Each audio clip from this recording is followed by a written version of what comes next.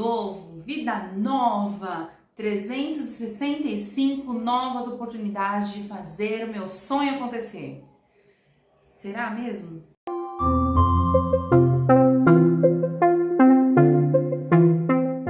Olá, eu sou Amanda Santos, jornalista, e hoje eu vim tentar entender junto com você como é que funciona esse negócio de ano novo na nossa cabeça. Tem estatísticas que mostram que 95% das pessoas que fizeram algum tipo de resolução de final de ano, metas, para o novo ano, em 15 dias do novo ano já desistiram dessas metas. São 15 dias, são as 2 primeiras semanas do ano, o ano já está parecendo com o anterior e já parece o velho e não vai para frente. Quando a gente estabelece metas, o indicado, que os especialistas dizem pra gente é considerar o quão reais elas são, se elas são duradouras, o quanto elas se adequam à nossa rotina. Envolve muita coisa do que simplesmente o meu desejo de que aquilo aconteça. Mas, se você tá aí esperando que eu vou vir então com aquele choque em você, aquela baita motivação e te dar uns tapas para você acordar e vamos seguir, vamos fazer esse ano acontecer, eu sinto muito. Aqui a ideia é da gente entender o processo, entender como que a gente chegou a esse tipo de sensação, a esse pensamento, e talvez você consiga olhar diferente para a meta, não pensando em que meta você tem que ter, mas pensando em como que você chega a essas metas, O como que você define essas metas para você. Eu preciso confessar uma coisa, eu trouxe esse assunto pensando em questões pessoais, porque passa o carnaval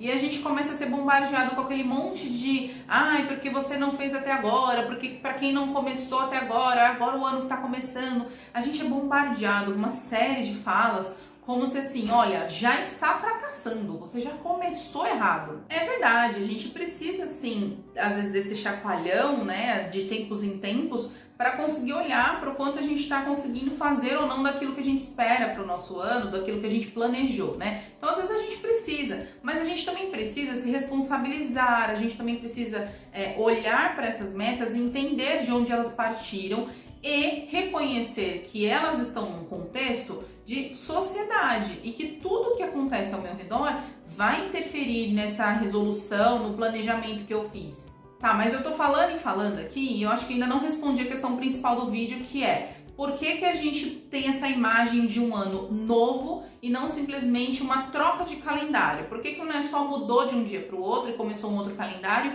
e tem essa ideia, essa expectativa tão grande que é criada de um ano novo? O que isso representa? Tem 3 teorias para a gente debater aqui. A primeira é de que o problema não é o ano novo em si, mas toda a expectativa que é criada antes dele, toda aquela ideia que a gente tem exagerada, um vigor, toda uma energia vibrante que a gente coloca demais de que essa mudança vai ser muito intensa. Então tudo isso vem exagerado, vem muita energia, muito vigor, a gente coloca muita festa, coloca muita coisa em uma data que poderia ser algo um pouco menor. A segunda teoria aqui que a gente pode levantar é de que você coloca uma sobrecarga tão intensa, uma carga que vira uma sobrecarga tão intensa no seu estado emocional que quando passa de fato a virada, quando você chega lá, o cérebro ele está de fato desgastado. Então ele começa assim, toda aquela energia vibrante, todo aquele vigor que você colocou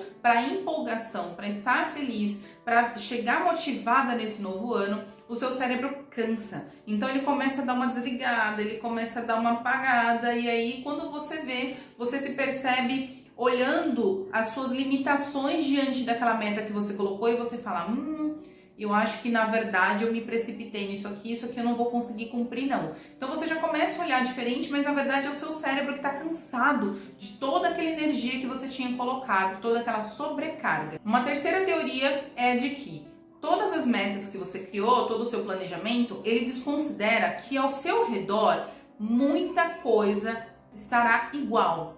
Então, por exemplo, você coloca lá na sua meta um melhor controle financeiro, melhor controle dos seus gastos. Só que aí começou o ano e aí as primeiras dívidas já surgiram e elas são exatamente iguais à do ano anterior e do anterior e do anterior. E aí você já tem aquela sensação, tudo ao redor que é repetitivo, vai te dando aquela sensação de que está tudo igual. E aí você cai de novo naquele ciclo e não consegue ir fazendo algo diferente para ir mudar isso em outros aspectos. Não sei você, mas pra mim a ideia que vem é de que tá tudo muito interligado. Essas teorias 1, 2 e 3 que eu listei aqui, elas são absurdamente interligadas. Eu consigo ver elas acontecendo em conjunto, simultaneamente, uma interligada com a outra, uma acontecendo porque a outra aconteceu, sabe? Faz sentido isso pra você? Tem umas pesquisas que falam que somente 8% das pessoas conseguem de fato realizar as suas metas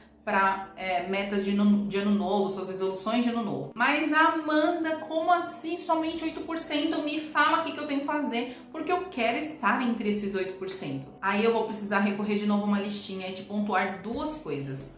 Primeiro, que mudança é processo. Mudança, ela não vai acontecer porque você listou num papel e amanhã ela começa e já aconteceu e tá pronta. Ela é um processo. E o segundo ponto é, mais radical, mais extremista foi a mudança que você planejou, menor a chance de você conseguir que ela seja duradoura. Então você pode até começar, por exemplo, começou janeiro, fevereiro numa mudança alimentar. Aí você tá lá, segue firme, janeiro e fevereiro. Só que ela é radical demais para sua rotina, radical demais para sua realidade. Então ela não considera fatores, por exemplo, economia. Então você está seguindo uma dieta que com qualquer instabilidade financeira, você não consegue manter aquela dieta. E isso vai interferir, você não vai conseguir manter, só que você vai jogar essa frustração para você. Foi você que não conseguiu. E não simplesmente a dieta não servia, aquela mudança alimentar não servia para você. Pesquisando sobre essa coisa de ano novo e como que a gente lida com as metas,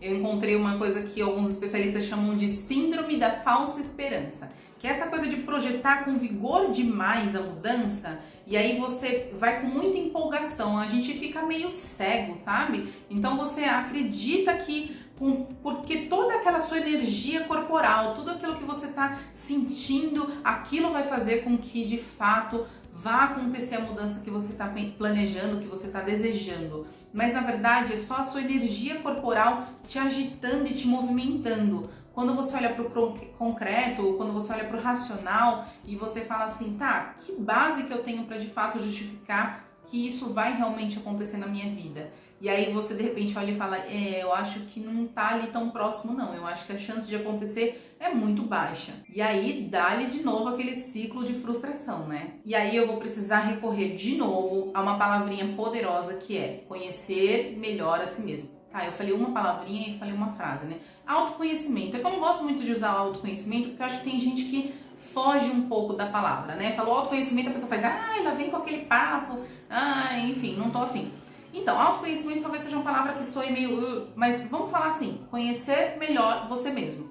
Quando você tem um processo, você está num processo de se conhecer melhor, você tem mais chance de conseguir olhar respeitando as metas que você vai construir com base naquilo que de fato você consegue entregar para você mesmo, naquilo que faz sentido, respeitando o seu tempo, respeitando o seu limite, e não de repente projetar uma meta e quando você chegar nela você bater de frente com as suas limitações e fazer não sabia dessa limitação, me fui pega de surpresa, sabe assim? Quando você se conhece, né, no processo de autoconhecimento, a ideia é evitar esse tipo de surpresa, a ideia é que você consiga se adaptar ou se antecipar. Então, se você é pega de surpresa numa situação nova, num sentimento novo, você consegue se adaptar ou você consegue antever aquela reação sua. Eu preciso deixar aqui como referência uma leitura que eu acho bem interessante e que não tem a ver, a aplicação não é só para o ambiente de mercado, não é só para psicologia, eu acho que é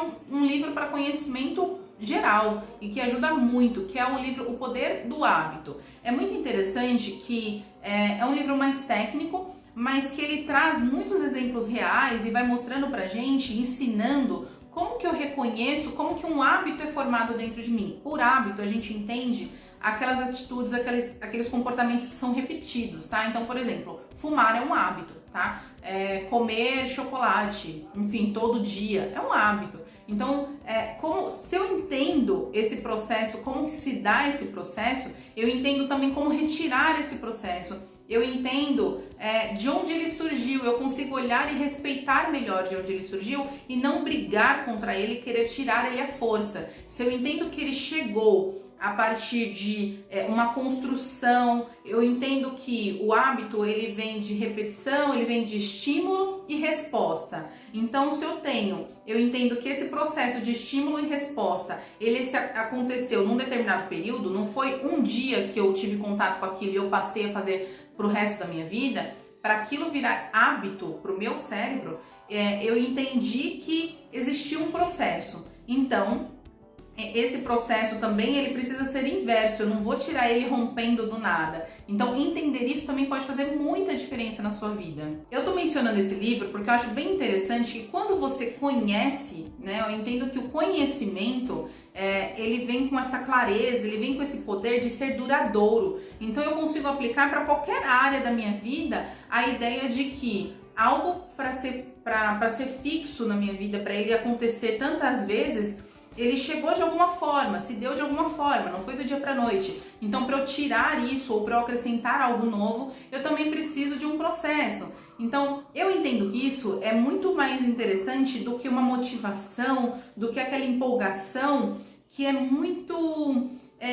que não é muito palpável, sabe? Que ela vai embora rápido. A empolgação do final de ano, das festas, a empolgação até mesmo de um aniversário. Eu tô citando aqui ano novo, mas pode se aplicar a qualquer tipo de novo ciclo que exista para você. Essa empolgação, ela se esvai muito rápido, ela vai embora, ela passa, né? Então aí você fala assim, caramba, passou a virada de ano e de repente eu já não estou mais com aquela sensação, eu não quero mais cumprir essa meta. Por quê? É por isso, porque não tem essa solidificação no conhecimento, tem na empolgação, tá no emocional. E aí, para tentar dar um fechamento aqui legal, o que eu fico pensando é que assim, não é sobre o quanto a gente tem que parar de fazer metas, parar de fazer listas para o novo ano. É, na verdade, do quanto a gente pode ter um equilíbrio na construção dessas metas. E não necessariamente ficar projetando coisas e alimentando esse hábito de eu crio algo, planejo algo e me frustro, eu crio algo e não cumpro. E a gente tem muita brincadeira em relação a isso, mas é algo muito sério.